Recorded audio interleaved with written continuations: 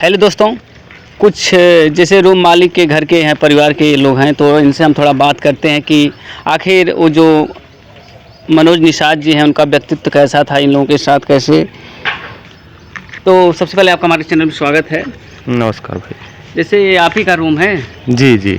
तो मनोज निषाद से आपकी कभी बातचीत होती थी कि नहीं? नहीं होती थी, बहुत होती थी, क्योंकि शाम को जब पढ़ा कर वो आते थे नीचे जी, तो बैठते थे, 10-20 मिनट बैठते थे, बातचीत होती थी। अच्छा, कोचिंग में कितने बच्चे थे? लगभग 400। 400। देखिए दोस्तों, 400 बच्चे, करीब कुछ ऐसे विद्यालय हैं जिनमें 400 बच्चे इस टाइम नहीं अवेलेबल हैं, लेकिन इनके कोचिंग में 400 बच्चे हैं। तो कहीं ना कहीं वो अपने इस इर्द गिर्द जितने भी गांव हैं, ग्रामीण क्षेत्र हैं, वहाँ पर शिक्षा का एक माहौल बना कर रखे थे। ऐसे युवक का जाना बहुत ही दुखद है। अच्छा, आप उनके व्यक्तित्व से कभी जुड़े? कैसा उनका व्यक्तित्व नहीं, था? व्यक्तित्व बड़े अच्छा था। अच्छा था। अच्छा पढ़ाते थे, कभी हमने कुछ नहीं देखा, जी। और ठीक पढ़ाते थे। और यहाँ से पढ़ा के स्कूल में जाते थे, स्कूल में भी पढ़ाते थे, स्कूल के भी बच्चे आते थे, कोचिंग में के भी आते थे, तो 400 बच्चे हो जाते थे। जी। सुबह शाम दोनों टाइम बैच चलता था, कई बैच चलता था। जी। हाँ। तो मतलब वो अकेले पढ़ाते थे, यहाँ पर कुछ और शिक्षक थे? नहीं नहीं, 3 लोग थे। नाम उनका क्या है? मनोज सर थे, हाँ। आदित्य सर थे, जी। और एक अजय चौबे सर थे। जी। तो अजय जी इंग्लिश पढ़ाते थे, जी। तो उनका बिहार में हो गया सिलेक्शन, तो चले गए वहाँ, ज्वाइनिंग कर लिए। हाँ। और आदित्य सर और ये दोनों लोग पढ़ा रहे थे, ये मैथ और फिजिक्स पढ़ाते थे, आदित्य सर केमिस्ट्री पढ़ाते थे। जी। हाँ। और मैथ और फिजिक्स पढ़ाते थे? जी जी, मैथ और फिजिक्स। देखिए दोस्तों, जैसा कि बता रहे हैं बड़े भैया जी कि वो मैथ और फिजिक्स पढ़ाते थे, और 3 टीचर थे, और इसमें से एक टीचर का सिलेक्शन हो गया था बिहार वाले में। तो कहीं ना कहीं यहाँ से शिक्षा एक बहुत बड़ा उद्गम बनकर निकलती थी। यहाँ से लोग अपनी दिशा तय करते थे। हाई स्कूल इंटर के बच्चे यहाँ से अपनी दिशा तय करते थे कि उन्हें किस दिशा में जाना है। अच्छा, ये बताइए, कोई बच्चा अब तक यहाँ पर इर्द गिर्द में जो भी कोई टॉप वगैरह किया हो, जो यहाँ से कोचिंग वोचिंग किया हो? नहीं, टॉप किए थे या बच्चे। कॉलेज में या टॉप 10 वगैरह में आए हों? कोचिंग में टॉप में आए थे बच्चे, उन लोगों का सम्मान भी किए थे वो। सम्मान भी करते थे? हाँ, सम्मान। अच्छा। हाँ। हाँ। 2-4-6 बच्चे इंटर वाले थे और हाई स्कूल के भी थे। 10-12 लोगों का सम्मान किए थे वो यहाँ एक बार। अच्छा, इस तरीके से उनका चला जाना आप लोगों को कैसा, यहाँ मतलब किस तरीके का महसूस कर रहे हैं आप? बहुत दुख है उनके जाने का।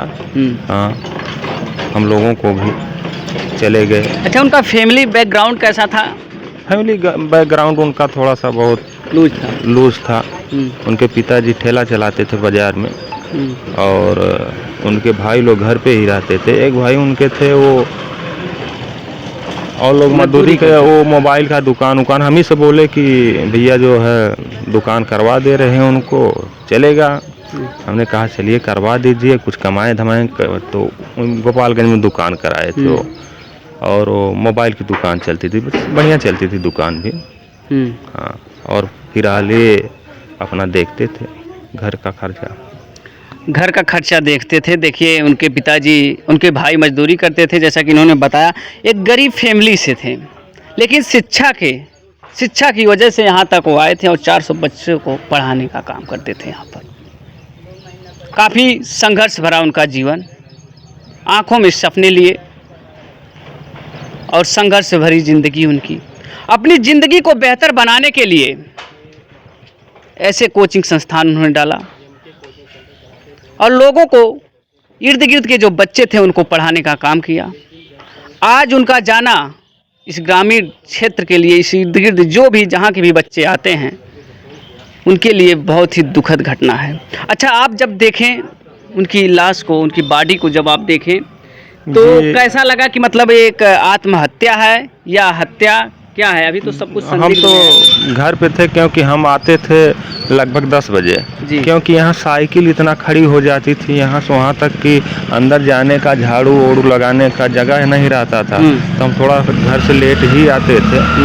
तो उस समय हम घर पे जा रहे थे स्नान करने, तो यहाँ से फ़ोन गया कि ऐसी ऐसी बात हो गई है।